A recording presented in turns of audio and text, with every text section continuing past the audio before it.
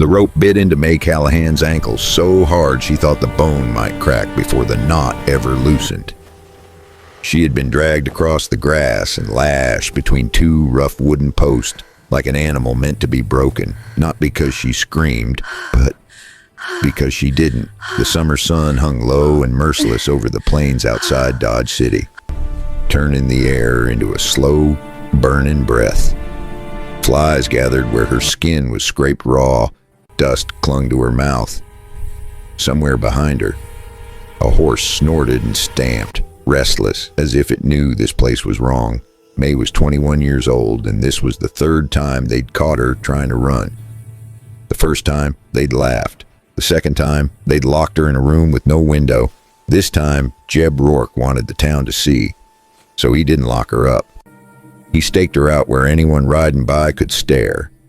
"Leave her there," he said, looping the rope tighter around the post. "Let her remember where she belongs." Mae swallowed. She'd learned not to beg. Begging only taught men how much pain you could take.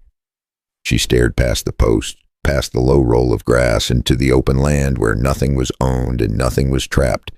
She thought of how close she'd been, how the river had sounded like freedom only an hour ago. Then she heard the hooves. One rider. Slow, unhurried.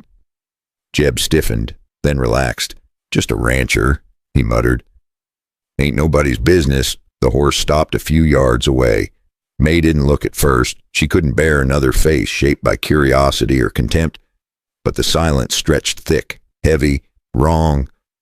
No joke, no insult, no order. She lifted her head.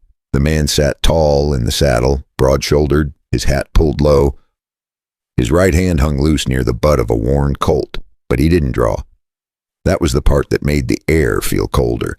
He looked to be near 50, with a face carved by a son and old decisions. His eyes were pale and unreadable, the kind that didn't rush to judgment because they'd already seen worse.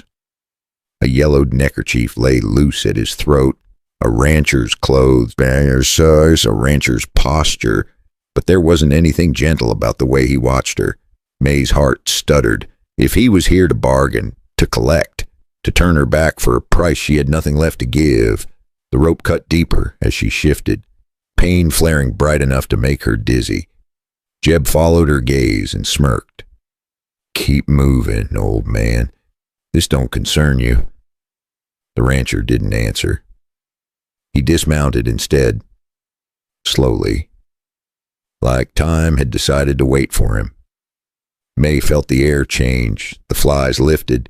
Even Jeb's grin faltered, just a little. The man tied his reins and took a few steps closer, boots crunching softly over dry grass. He stopped within arm's reach of Mae and looked down at the rope. Still, he said nothing. Mae's throat burned. She had seen men like this before, the quiet ones who let you imagine the worst before they chose how much to hurt you. She braced herself, fingers curling into the dirt. "Like this?" she asked. Her voice cracked on the last word. She didn't mean the knot. She didn't mean the posts. She meant everything. "Is this how it goes now? Is this what you're here to do?"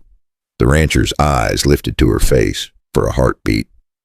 She thought she saw something there, recognition, maybe, or anger, but it vanished as quickly as it came. He still didn't answer. Jeb laughed, sharp and ugly. "You deaf crow. Or you just like to watch." The name landed heavy in the air. Crow.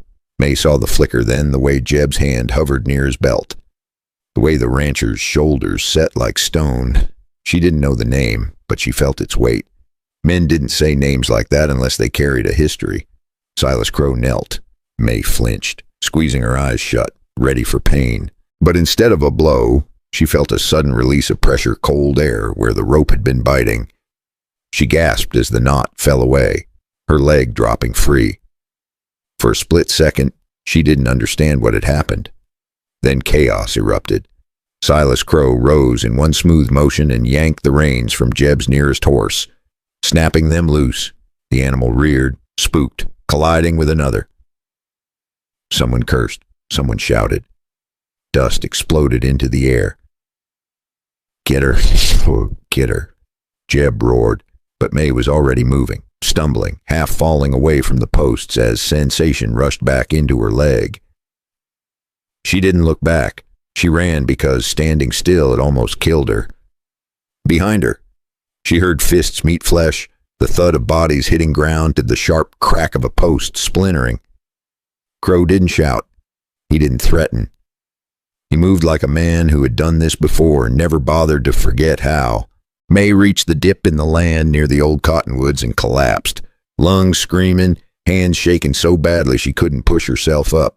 She turned just in time to see Crow step back from Jeb, blood darkening the man's lip, fury blazing in his eyes.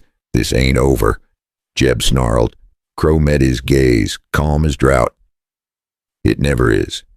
When he finally looked at Mae again, she couldn't tell if he was about to help her up or turn away like everyone else had.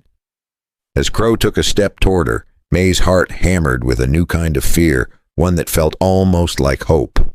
Mae didn't stop running until her lungs felt like they might tear. She stumbled down the shallow dip toward the river, boots slipping on loose dirt, heart pounding so loud it drowned out everything else. When she finally collapsed near the cottonwood, the sound of water reached her ears, steady and calm, like it had no idea what had just happened behind her. For a long moment, she just lay there, face pressed into the grass, waiting to feel hands